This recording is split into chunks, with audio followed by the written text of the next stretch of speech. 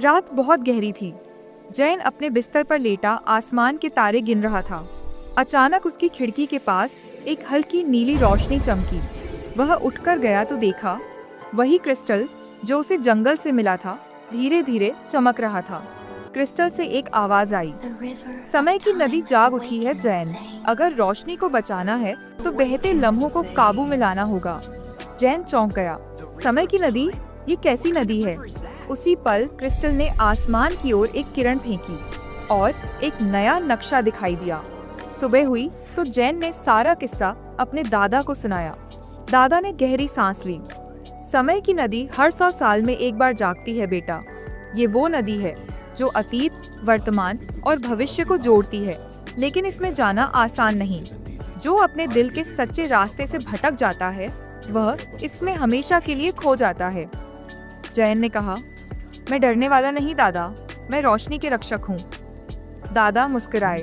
तो जा बेटा, लेकिन याद रख, समय को बदला नहीं जा सकता, सिर्फ समझा जा सकता है। जैन ने अपने दोस्त अली को बुलाया।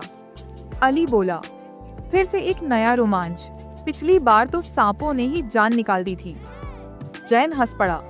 डर मत, इस बार पानी का खेल है। दोनों ने बैग तैयार किए और नक्शे के अनुसार नूरगढ़ के उत्तरी पहाड़ की ओर चल पड़े। वहाँ एक सूखी नदी का किनारा था, लेकिन जैसे ही जैन ने क्रिस्टल को जमीन पर रखा, रेत हिलने लगी। अचानक जमीन फट गई और चमकदार नीले पानी की लहरें निकल आईं। नदी जाग गई थी। नदी बोली, मैं समय की नदी हूँ। अतीत, वर्तमान और भविष्य, 3 लहरें, एक सफर। अगर तुम सच्चे यात्री हो तो आगे बढ़ो। पानी में कूदते ही दृश्य बदल गया। जैन और अली अपने ही गांव नूरगढ़ में पहुंच गए। मगर 100 साल पहले गांव के लोग मिट्टी के घरों में रहते थे और नदी किनारे बच्चे खेल रहे थे। जैन ने कहा, ये तो हमारा गांव है, लेकिन अतीत में। वह एक बूढ़ी औरत के पास गया। उसने कहा, तुम अजनबी लगते हो, सावधान रहो, आज शाम तूफान आने वाला है, नदी नाराज है। जैन ने सोचा, शायद यही अतीत की परीक्षा है। उसने नदी के पास जाकर बच्चों को सुरक्षित जगह पर भेजा। जब तूफान आया तो सब लोग सुरक्षित थे। नदी की आवाज आई, तुमने अतीत से सीखा, भलाई समय से बड़ी है। अब दूसरी लहर आई, वर्तमान की लहर। अब वे एक ऐसे जंगल में थे जहां सब कुछ थमा हुआ था। समय रुक गया था।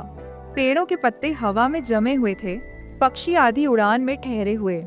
अली बोला, ये तो जैसे तस्वीरों की दुनिया है।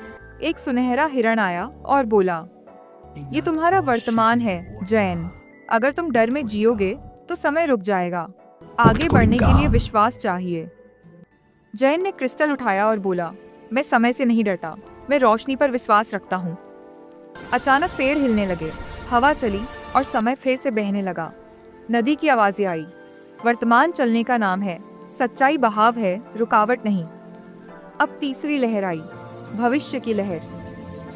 जैन और अली एक अजीब दुनिया में पहुंचे, जहां आसमान नीला नहीं बल्कि बैंगनी था और इमारतें रोशनी से बनी हुई थीं।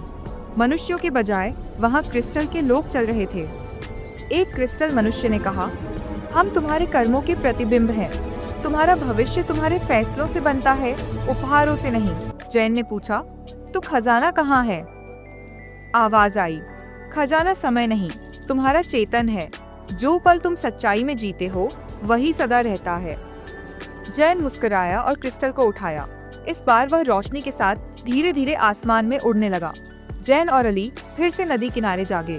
सूरज उग रहा था और नदी अब शांत थी। जैन ने देखा, क्रिस्टल अब 3 रंगों में चमक रहा था, सुनहरा अतीत, नीला वर्तमान और बैंगनी भविष्य। दादा वहाँ खड़े थे। तो तुम समय की नदी से होकर आ गए जैन। अब तुम सिर्फ रोशनी के रक्षक नहीं, समय के भी रखवाले हो। जैन ने मुस्कुराकर कहा, दादा, समय बदलता है मगर रोशनी हमेशा एक सी रहती है। समय तुम्हें नहीं बदलता, तुम समय को अर्थ देते हो। जो सच्चाई, साहस और अच्छाई में जीता है वह कभी मिटता नहीं।